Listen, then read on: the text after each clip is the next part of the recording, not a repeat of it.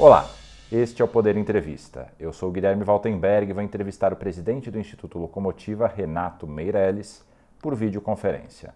Renato tem 46 anos, é publicitário e um dos maiores estudiosos do comportamento de consumo das classes C, D e E.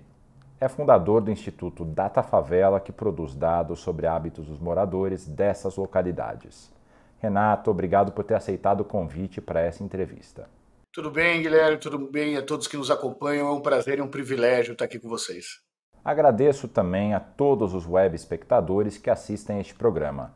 Essa entrevista está sendo gravada no estúdio do Poder 360 em Brasília, em 10 de janeiro de 2024. E para ficar sempre bem informado, inscreva-se no canal do Poder 360, ative as notificações e não perca nenhuma informação relevante.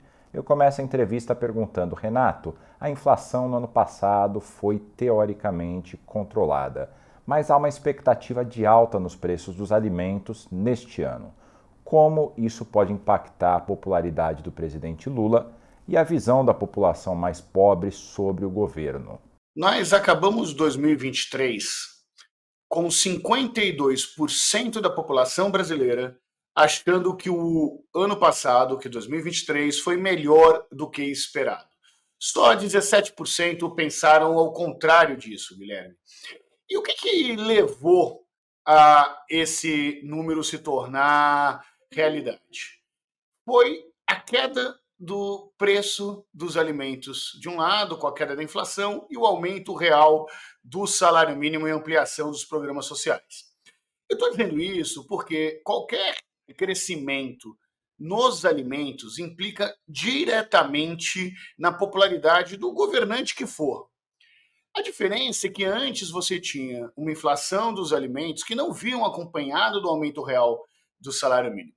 O aumento real do salário mínimo voltou a ser uma política de Estado, né, tendo a reposição da inflação, mais o crescimento do PIB de 2 anos antes, e teremos aí no novo arcabouço tributário uma série de incentivos para o controle de preço dos alimentos. Eu estou dizendo isso porque, se sair do controle o crescimento dos preços dos produtos da cesta básica, em especial os produtos alimentares mais básicos, nós estamos falando do arroz, do feijão, da carne, do frango, obviamente isso irá interferir na popularidade do governo, em especial dos eleitores mais pobres, com menos dinheiro. Mas dificilmente, em ano de eleição, não existirá uma política pública pensada para o controle da inflação dos alimentos e para a manutenção do poder de compra do salário mínimo. O presidente Lula busca o chamado Feel Good Factor. E apesar de alguns dados aparentemente positivos em 2023, como você elencou alguns deles, a aprovação do presidente caiu no fim do ano. Segundo o Poder Data, caiu de 52% para 46% ao longo do ano de 2023. Como é que você interpreta essa queda, ainda que pequena, da popularidade do presidente? Nós temos aí uma série de altos e baixos que vêm diretamente da polarização que acontece na política nacional. Nós tivemos em alguns momentos aí durante o ano denúncias graves contra o ex-presidente Jair Bolsonaro, e isso influenciava positivamente na avaliação de governo do presidente Lula. Tivemos também, no meio do ano, o momento de crescimento real do salário mínimo. Né? Nós vamos ver que o segundo crescimento do salário mínimo ocorreu no final aí do primeiro semestre do ano, trazendo dividendos em aprovação que duram 3, 4 meses em geral. No final do ano, o que nós encontramos? Um arrefecimento nas críticas feitas ao ex-presidente Bolsonaro e, por outro lado, o governo sem tão boas notícias para a população de menor renda. Boas notícias para o mercado financeiro, né, com a aprovação aí de uma série de propostas econômicas lançadas pelo ministro Fernando Haddad, mas isso tem pouca importância na microeconomia, na economia do dia a dia, naquela economia que o consumidor brasileiro consegue sentir no supermercado.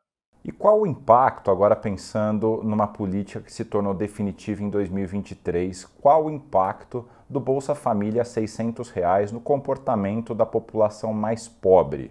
Poucas coisas são tão relevantes para a economia e para a política nacional do que programas de distribuição de renda como o Bolsa Família. Eu vou dar 2 exemplos, Guilherme, que ajudam a explicar isso na prática. O primeiro se deu no processo eleitoral realizado aí entre Lula e Bolsonaro. Nós tivemos a maior distribuição de verbas a partir do Auxílio Brasil que se teve na história do Brasil na véspera de uma eleição. E isso não foi suficiente para tirar a preferência que a população mais pobre, que aquelas pessoas que estão no Cade Único, que recebem programas sociais, têm com relação ao presidente Lula. E por quê? Exatamente porque o candidato que criou isso no imaginário popular foi o ex e atual presidente Lula. Então, a gente fazendo pesquisa durante o processo eleitoral, perguntávamos para as pessoas, mas olha, o atual governo Bolsonaro está ampliando o Auxílio Brasil, está colocando mais dinheiro na mão dos mais pobres, por que você não vai votar no Bolsonaro? E a resposta era quase sempre a mesma. Se fosse o Lula, isso seria maior. Se fosse o Lula, isso seria maior. Talvez, se o candidato que concorreu com Bolsonaro fosse qualquer outra pessoa, não teria essas medidas do Bolsonaro seriam suficientes para levá-lo, para reconduzi-lo à presidência da República. Isso só não aconteceu porque o candidato foi o que criou o Bolsa Família, foi o atual presidente Lula. O outro exemplo que nós encontramos é o ciclo virtuoso que é gerado na economia, na microeconomia, que o Bolsa Família traz. Por que o círculo virtuoso? Porque esses brasileiros, essas famílias, essas mães de família que recebem esse benefício, ela acaba gerando dinheiro dentro do bairro onde mora. Ela pode comprar comida ou cigarro, não interessa. Ela vai comprar onde? No pequeno varejo do bairro. Quem é o dono do pequeno varejo do bairro? O empreendedor da classe C e D, que ao vender mais, passa a comprar mais da indústria, a contratar mais vendedores para atender esse novo público. E com isso, de baixo para cima, a economia volta a crescer, o emprego volta a ganhar importância e fazer parte da perspectiva de crescimento financeiro desses brasileiros de menor renda, ou seja, todos ganham a partir disso. É muito difícil pensar uma retomada consistente da economia brasileira sem pensar nos programas sociais, assim como é muito difícil pensar numa grande eleição nacional, numa eleição para presidente, sem olhar com lupa para onde o eleitor que recebe o Bolsa Família está migrando. O governo quer pagar um valor para estudantes de escolas públicas no ensino médio que concluam os seus estudos. Isso pode impactar positivamente na redução da evasão escolar? E mais do que isso, qual vai ser o impacto na economia? Bom, imagine o seguinte, a diferença de salário entre alguém que está no início do ensino médio e um estudante que está no final do ensino médio, que tem o seu final do ensino médio incompleto, praticamente não existe. Praticamente não existe. No entanto, o Estado brasileiro gastou muito dinheiro investindo na educação desse cidadão e desse futuro trabalhador. Fazer com que esses brasileiros terminem o ensino médio, e aí o incentivo financeiro é um bom incentivo para esses estudantes, significa garantir a melhora da produtividade do país e o aumento do salário médio que esse trabalhador terá no futuro. Para quem está nos acompanhando, isolando uma série de variáveis, mantendo apenas o ano de estudo como fator de controle, cada ano de estudo impacta basicamente em 15,9% a mais no salário médio dos brasileiros. E os gatilhos desse crescimento se dão a partir do momento em que uma etapa do ensino é concluída. Né? Onde, então, o ensino fundamental é concluído, o ensino médio é concluído, o ensino universitário é concluído, são os momentos desses gatilhos que levam a essa média por ano de estudo. Incentivar a conclusão do ensino médio é bom para todo o país, e não é um gasto de dinheiro, pelo contrário, é uma garantia de que todo investimento em educação é um investimento que deve ser preservado e potencializado. Isso melhora a produtividade do país, como a Faria Lima gosta de falar, e melhora também a média de renda do trabalhador com o ensino médio completo. Sem contar que o ensino médio completo é o que garante, na prática, a possibilidade de, no futuro, esse cidadão, esse trabalhador, conseguir entrar em uma universidade. Renato, você citou, a gente citou aqui nessa conversa, duas medidas, dois programas sociais que você elencou ali, os resultados positivos que eles têm, tanto na economia quanto nos aspectos sociais do país. No entanto, o Brasil tem um problema fiscal bastante relevante e de difícil solução. Como dar esses incentivos ao mesmo tempo que o Brasil trabalha essa crise fiscal que já dura aí pelo menos 9 anos? Olha, tem primeira forma de trabalhar com essa crise fiscal, e eu falo com tranquilidade, eu não sou economista, mas pensando pela lógica das pessoas, do brasileiro real, é uma escolha clara do que deve ser priorizado ou não dentro do orçamento. Isso, obviamente, passa por algo que está presente no senso comum, que é o controle aí, e o real destino das emendas parlamentares oferecidas pelo Congresso Nacional, mas tem o direcionamento dessas emendas para políticas públicas de inclusão, de distribuição de renda, mas passa também pelo valor da taxa básica de juros, que não apenas impacta nos juros cobrados ao consumidor no final da linha, e quanto menos juros, maior a possibilidade de consumo, e maior a possibilidade de consumo, o ciclo virtuoso da economia se gera, mas também, como a Selic é um indicador do pagamento das dívidas públicas, quando você se reduz a Selic, o governo economiza dinheiro. E ao economizar dinheiro, você tem condições de direcionar esse investimento naquilo que o Brasil mais precisa.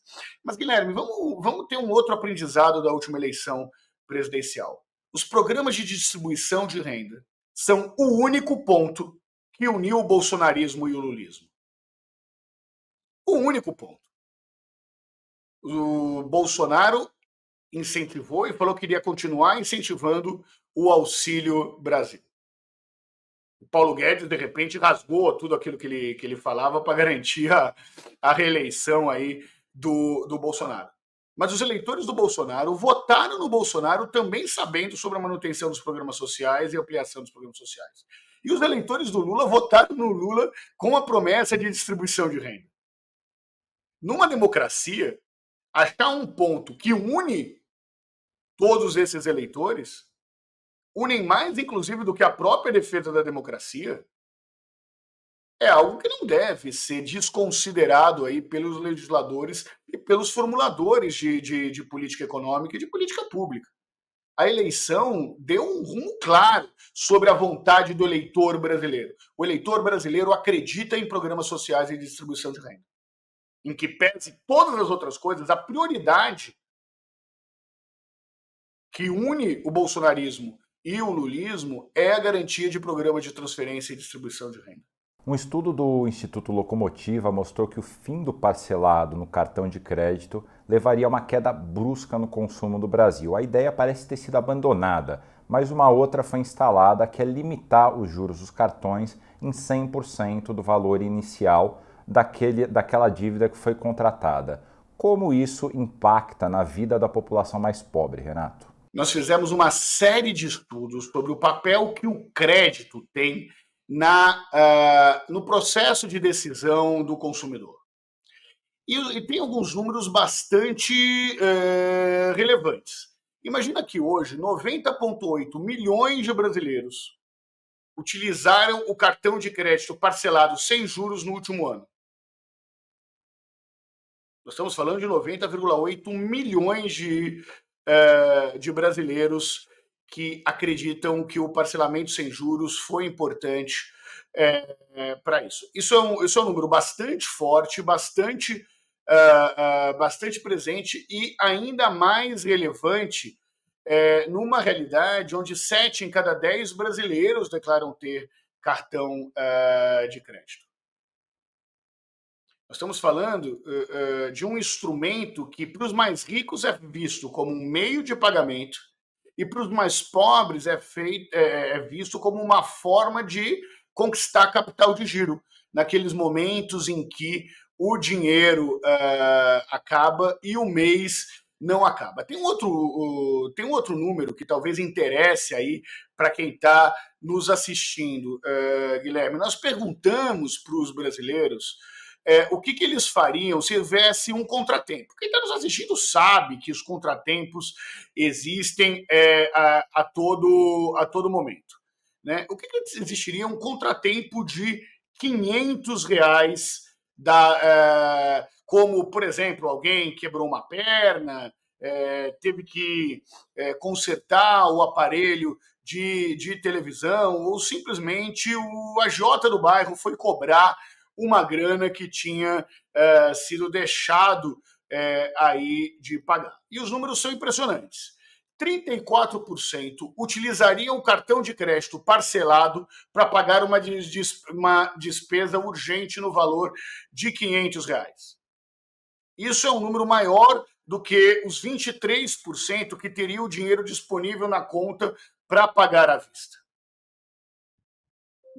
Se eu somo o número de que usaria o cartão de crédito parcelado sem juros para o cartão de crédito à vista, esse número cai 46%. E por que o cartão de crédito à vista? Porque ele ganha até 40 dias para pagar. Só que, muitas vezes, a lógica do sistema financeiro, inclusive do sistema bancário, é tentar vender que foi o cartão de crédito o grande responsável pela inadimplência ocorrida no Brasil. E nós fizemos uma série de estudos que mostram que isso não é verdade.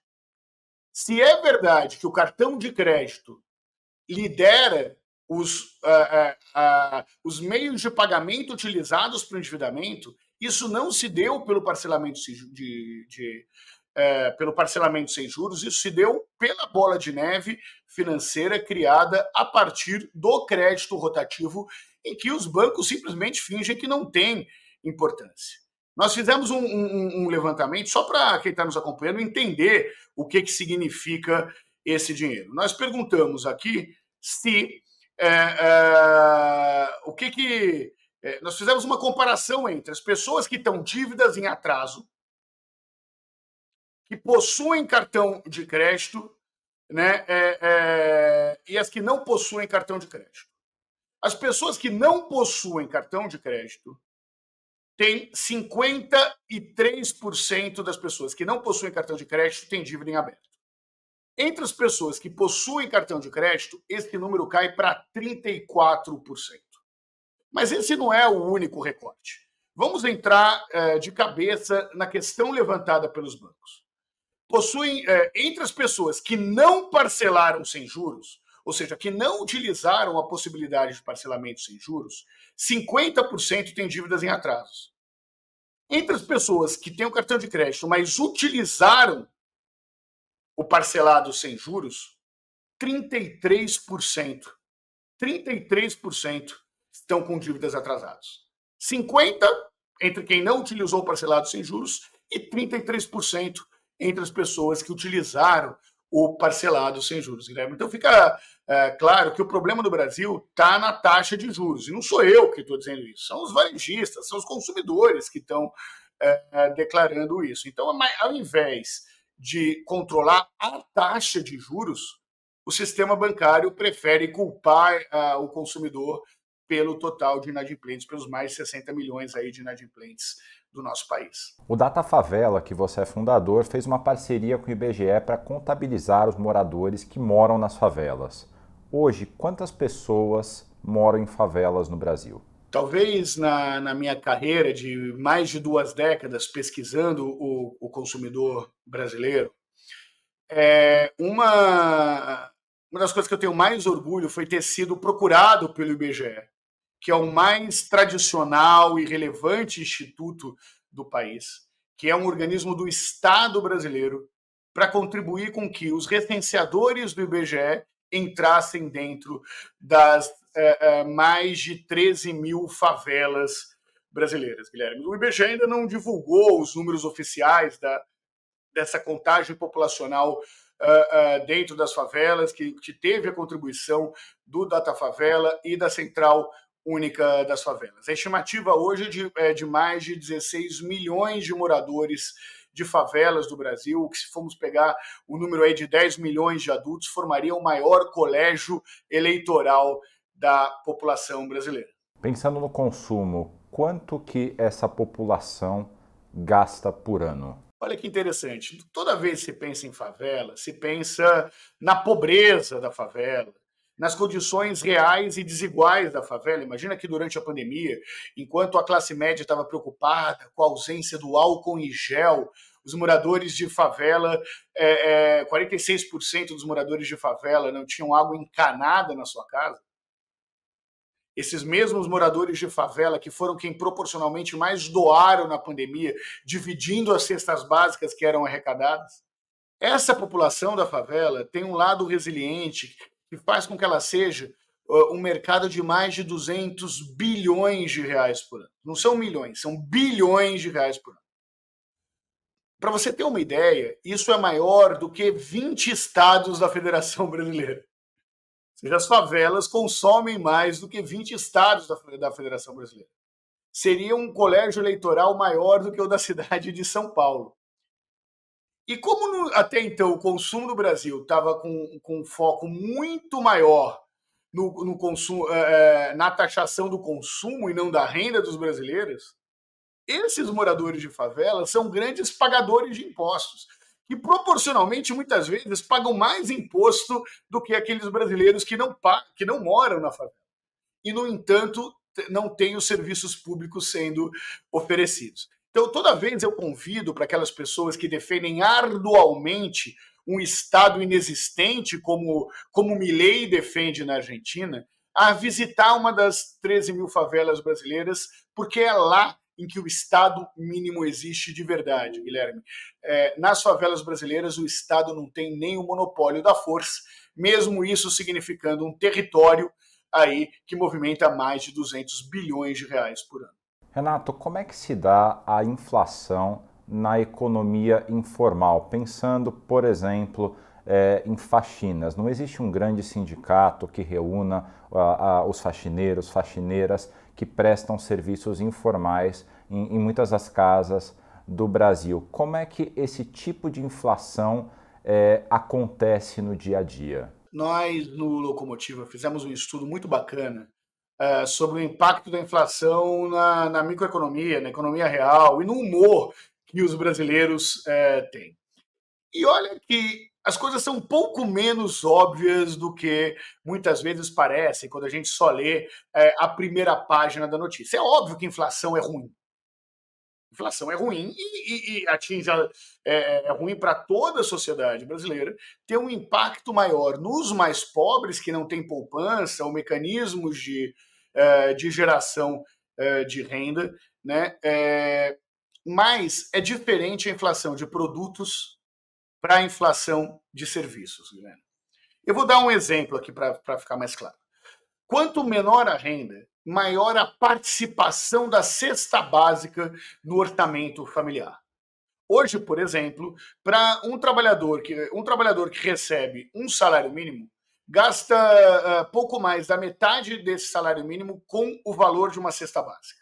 Cesta básica custa pouco mais da metade de um valor do valor do salário mínimo no auge da crise econômica, chegou a 65% do valor do salário mínimo, o custo de uma cesta básica. Então, toda vez que existe uma inflação de alimentos, e principalmente daqueles alimentos de alta penetração, né, que são os alimentos do almoço, do jantar, né, é o valor da proteína, o que o consumidor da classe C e D chama de mistura, né, é uma inflação que impacta mais fortemente a baixa renda, já que é a baixa renda que gasta mais dinheiro com os itens básicos, com os alimentos, do que os consumidores mais ricos, que gastam só uma pequena fatia dos seus rendimentos com alimento. Agora, quando você vai olhar a inflação de serviços, dependendo de qual setor levou ao crescimento da inflação de serviços, o movimento se inverte. Então, por exemplo, aumento no plano de saúde. Isso impacta muito mais os mais ricos do que a baixa renda que não tem plano de saúde. O mesmo raciocínio vale para a mensalidade escolar. Agora, para usar o exemplo da faxina que você usou e dividiu aqui com a gente. Quem é a faxineira? A faxineira é uma trabalhadora das classes C e D. Então, a inflação por exemplo, que se dá por conta do aumento dos custos da faxina, impacta positivamente o consumidor de menor renda. Porque são esses trabalhadores que estão recebendo isso. E quem puxou a inflação de alimentação fora do lar foi os custos gastos com garçom, com o cozinheiro, isso é positivo para menor renda.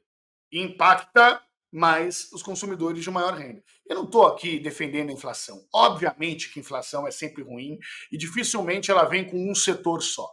Por mais que a imprensa adora falar inflação do frango, inflação do tomate, você não pode olhar isso de uma forma isolada.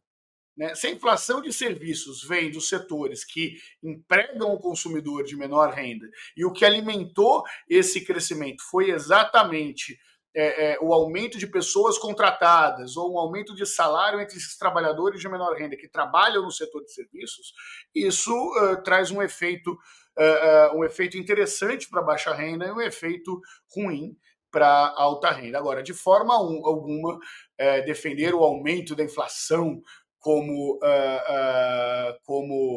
uma política econômica pode ser visto como algo correto, mas também é errado achar que no momento em que você não tem inflação de demanda, a manutenção da taxa de juros é importante para o crescimento contínuo da economia. Falando agora um pouco sobre política, o presidente Lula hoje enfrenta uma oposição bem diferente do que ele teve nos primeiros governos. A oposição hoje tem conexão com o povo. Bolsonaro, gostando dele ou não, é uma pessoa popular. O que muda na oposição atual para a oposição anterior? Muda muita coisa, seja do ponto de vista do ponto de vista do tipo de debate político que é feito, esteja do ponto de vista do poder de rua que o bolsonarismo tem e resgata outros momentos históricos que o Brasil já passou por isso. Né? Não é a primeira vez na história do Brasil que nós temos uma oposição de direita com poder de mobilização. E acho que é essa grande desafio do terceiro mandato do governo Lula. Nos dois primeiros mandatos, o PT tinha o monopólio das ruas. Quem mobilizava era as organizações tradicionais, os sindicatos, as entidades estudantis. Hoje, o PT perdeu essa capacidade de mobilização. Há quem diga, inclusive, que a direita tem uma maior capacidade de mobilização de rua do que a própria esquerda. E isso faz com que o presidente Lula tenha que aumentar a sua conexão com a população de menor renda e a sua capacidade de falar a linguagem do povo, de explicar o que está sendo feito na economia.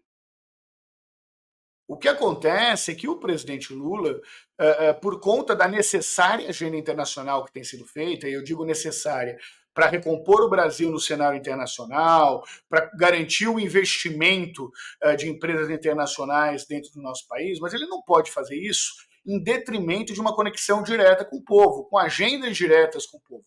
Porque senão o PT não vai conseguir restabelecer a sua capacidade de mobilização de rua da própria classe média. Por outro lado, esse bolsonarismo aí que surgiu é um bolsonarismo que não é nem um pouco aberto ao diálogo.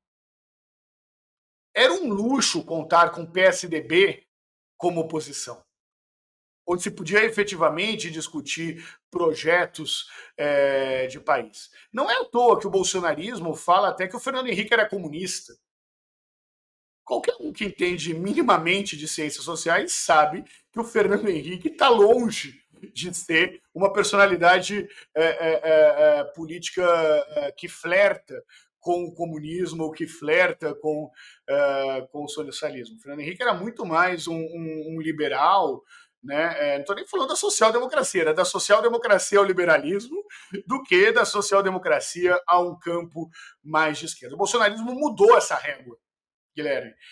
E ao mudar essa régua, ou fazer com que a extrema-direita capturasse a direita, transformou as condições de governabilidade com base em debates públicos muito mais difícil, deixando o governo, seja lá quem for, mais refém daquela política fisiológica que não tem nenhum tipo de ideologia, que muda de lado de acordo com a conveniência eleitoral.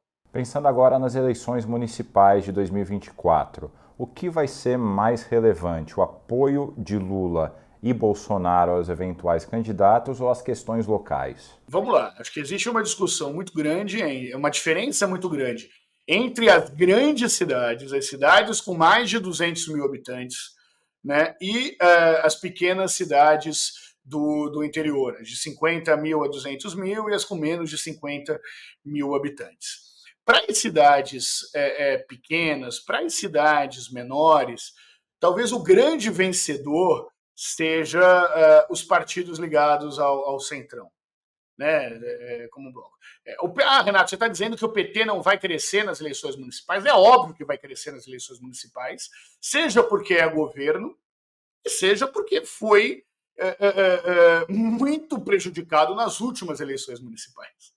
O PT perdeu um número significativo de prefeituras nas últimas eleições municipais. Então, o PT só pode crescer nessa eleição, e se não crescer, tem alguma coisa muito errado aí nesse campo mais progressistas. Agora, esse processo negociado no orçamento de distribuição de verbas, essa tentativa, inclusive, do Congresso Nacional de antecipar o empenho dessas verbas até o meio do ano, é para garantir o fluxo de obras nessas pequenas cidades. Então, os partidos mais ao centro, sejam os partidos ideológicos, como é o caso do PSB, por exemplo, do vice-presidente Geraldo Alckmin, sejam os partidos menos ideológicos, né, como boa parte dos partidos que compõem aí esse centrão capitaneado pelo Lira, vão sair com forças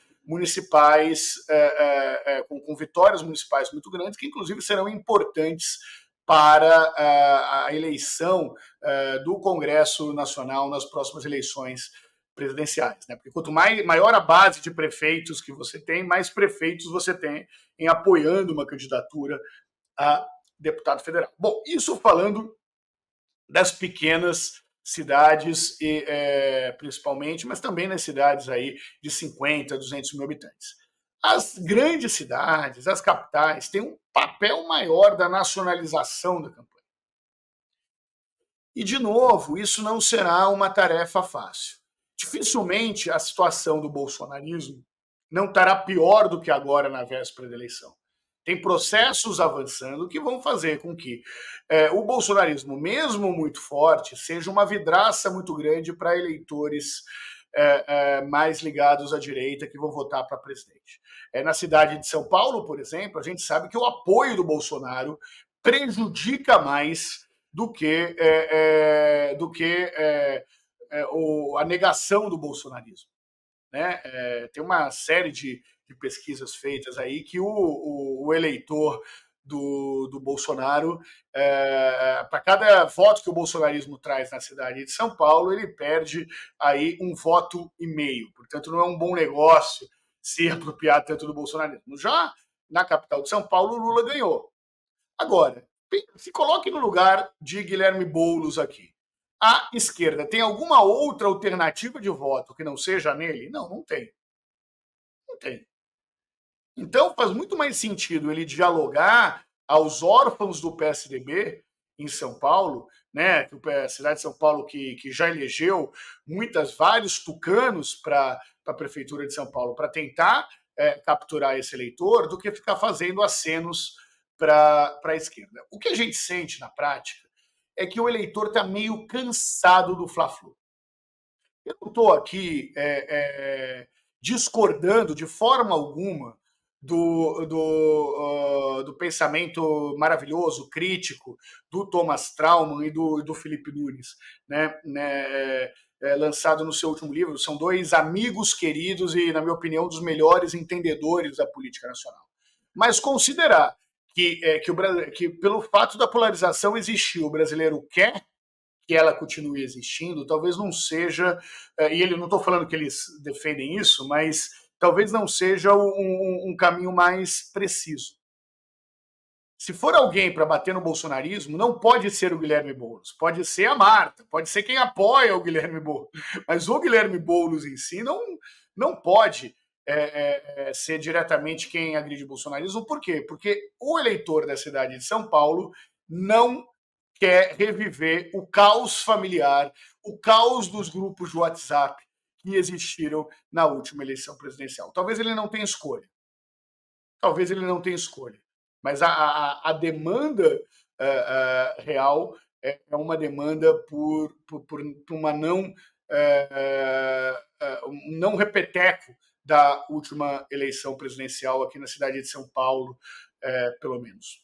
Isso abre, por exemplo, uma oportunidade, uma janela de oportunidade para a candidata Tabata, que não exatamente se insere nessa polarização? Acho que tem um desafio muito grande para a candidatura da Tabata, que é não apenas o conhecimento, que seria uma dimensão mais óbvia para isso, mas a necessidade de se ter uma base partidária orgânica que o PSB está longe de ter aqui na cidade de São Paulo. Então você tem uma base orgânica ligada à Câmara de Vereadores hoje, que majoritariamente apoia o Ricardo Nunes, né?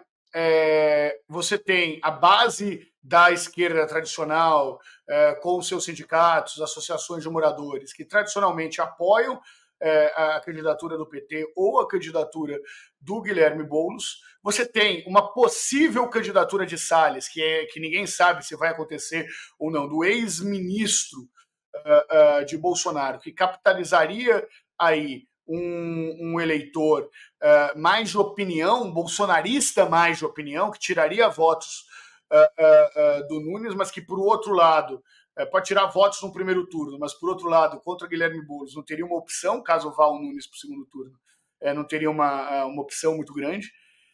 E a candidatura da Tabata, que não tem nenhum dos dois coisas. Ela não tem uma base de opinião muito forte, não tem tempo de televisão muito forte, não tem uma base orgânica muito forte. E eu tenho maior respeito pelos mandatos da Tabata Amaral como deputada, tá? Eu não estou falando isso. Para mim, a deputada Tabata Amaral, inclusive, foi a primeira a fazer uma oposição consistente ao bolsonarismo quando praticamente derrubou o ministro da Educação do governo Bolsonaro. Então, a Tabata, ela é uma estudiosa muito grande, tem uma história de vida conectada com a periferia, né? Ninguém pode chamar a Tabata de patricinha. Inclusive, a história de vida da Tabata Amaral é uma história mais popular do que a história de vida de Guilherme Boulos. Agora, ela tem um perfil muito mais Simone Tebet, né, do que um perfil que de fato, do Eduardo Paes no Rio de Janeiro. por exemplo, que tem base orgânica, tem história construída. Então, é óbvio que numa eleição, ainda mais nessa altura do campeonato, qualquer cenário é possível, não descarto absolutamente nenhum cenário, inclusive de alguém que ainda não se colocou na candidatura presidencial, mas a Tabata tem barreiras muito difíceis aí para superar um patamar aí de 7, 8 pontos percentuais nas pesquisas de intenção de voto. Renato, como é que as favelas entendem o Centrão? Eu vou falar algo que talvez não seja, talvez seja polêmico, para falar a verdade. A favela entende o pragmatismo como uma estratégia de sobrevivência. Para você ter o seu negócio na favela, você precisa se dar bem com o poder oficial e com o poder paralelo. Para você conseguir ter os seus direitos garantidos na favela, muitas vezes você pode processar o seu patrão no Ministério do Trabalho, mas na hora de resolver algum conflito dentro daquele território, você sobe para o tribunal interno que existe dentro da favela. Então, do ponto de vista da necessidade de conversar com todos, a favela entende o modelo de política dado pelo Centrão. Agora, isso é diferente do que entender e concordar com o Centrão, porque ela não faz a menor ideia quem seja o Centrão. Essa discussão da divisão de forças do Congresso Nacional é uma discussão nossa, dos pesquisadores, dos analistas políticos, do jornalismo. Nós que, inclusive, discutimos, eu lembro que ao discutir dentro dessa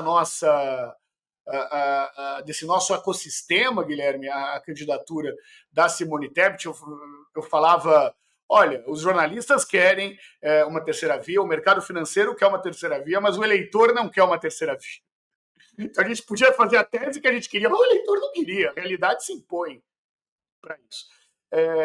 Na favela, ele não tem a menor ideia de quem é ou deixa de ser isso tido como o Centrão. Ele tem referências pessoais de políticos, tem muitos políticos do Centrão, inclusive, que têm uma ligação muito forte com as favelas, como aqui entre os vereadores, eu falo de São Paulo, né? Os vereadores da cidade de São Paulo também têm uma ligação muito forte, aí, independente da sua ideologia com os moradores de favela, mas ela não sabe quem efetivamente quem é o Centrão. Agora, na prática cotidiana, ela entende como ninguém a necessidade de conversar com todo mundo, de buscar vantagens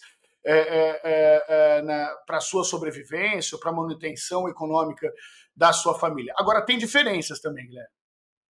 Na favela, palavra é palavra. A favela tem uma generosidade que hoje não é encontrada nem no Centrão, nem na esquerda e nem na direita. Eu disse anteriormente, a favela doou mais na pandemia do que os moradores do asfalto. A frase que eu mais ouço na favela é que se naquela comunidade o seu vizinho tem comida, ninguém passa fome. Sendo que na classe A e B você não conhece nem o nome do vizinho do lado. Aquele que você encontra todo dia no elevador. Todo dia no elevador. Esse nosso mundo, muitas vezes, é tão desconectado do Brasil real que acredita que existem mais apartamentos do que casas no Brasil. Sendo que só 11% das moradias no Brasil são apartamentos. 89% são casas. Que menos de 30% dos brasileiros pagam aluguel. São realidades em números tão autoritários e que mostram a desconexão das pessoas de classe média alta, que moram nas grandes cidades, com o que é o Brasil real, que muitas vezes a gente tende a acreditar que ou terceira via é possível, ou que todo o Brasil tem um conhecimento sobre os meandros de Brasília, como a classe média e a classe média alta mais escolarizada tem. Renato, você pode explicar como é feito o processo de pesquisa do Instituto Locomotiva, que é um tanto diferente daquelas outras pesquisas de opinião pública que a gente costuma acompanhar? Eu vou falar uma coisa que eu tenho certeza que é polêmica. Eu não sei se quem está nos assistindo sabe, mas as pessoas mentem. E quem está respondendo a pesquisa também mente. Mente achando que está falando a verdade, mente sabendo que está mentindo, ou mente até como uma projeção de uma realidade que ele gostaria que existisse, mas que não está baseado na vida real.